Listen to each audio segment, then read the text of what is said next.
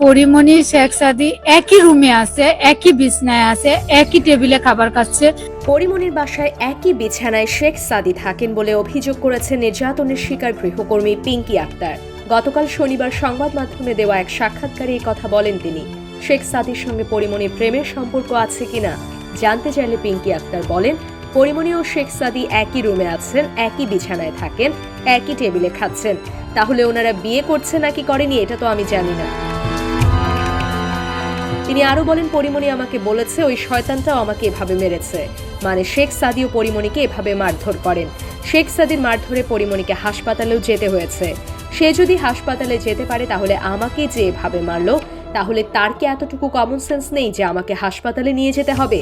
ওর যদি হসপিটালে যাইতে হয় তাহলে আমাকে যে এতটা মারলো, তাহলে কি ওর কি একটু কমন সেন্স ছিল না যে আমাকে হসপিটালে নিয়ে যাইতে হবে? গৃহকর্মীকে মারধরের অভিযোগে ঢালিউড অভিনেত্রী পরিমণির বিরুদ্ধে গ্রেপ্তারি পরোয়ানা জারি করেছেন আদালত।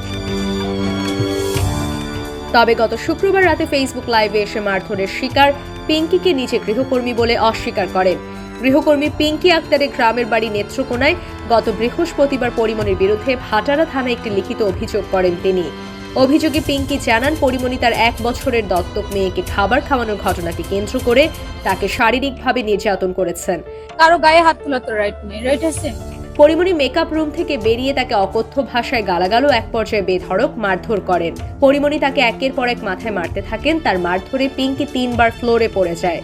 এরপর পরিমণি তার বাম চোখে অনেক জোরে একটি থাপ্পড় মারেন, এতে তার চোখ ক্ষতিগ্রস্ত হয়েছে। সম্প্রতি তরুণ গায়ক শেখ সাদির সঙ্গে ঢালিউডের আলোচিত তারকা পরিমণি প্রেমে মজেছেন বলে গুঞ্জন ওঠে। তাদের দুজনকে একসঙ্গে ঘুরতে দেখা যায়। দুজনের বাসায় দুজনের যাতায়াত। সাদির মা পরিমণির জন্য পিঠা বানিয়ে পাঠাচ্ছেন, তা আবার ফেসবুকে শেয়ার করে জানিয়েও দেন পরিমণি। আবার দেখা যায় শেখ সাদি যখন ঢাকা রাস্তায় গাড়ি চালাচ্ছেন, পাশের আসনে বসা পরিমণি। এত কিছুর পরও শেখ সাদি নিজের মুখে এ সম্পর্ক নিয়ে সেভাবে কিছুই বলেননি। তবে পরিমণি এসবকে মোটেও পাত্তা দেননি। তিনি তার প্রেমের সম্পর্ক নিয়ে মুখে কিছু না বললেও নানা কর্মকাণ্ডে তা বুঝিয়ে দিচ্ছেন।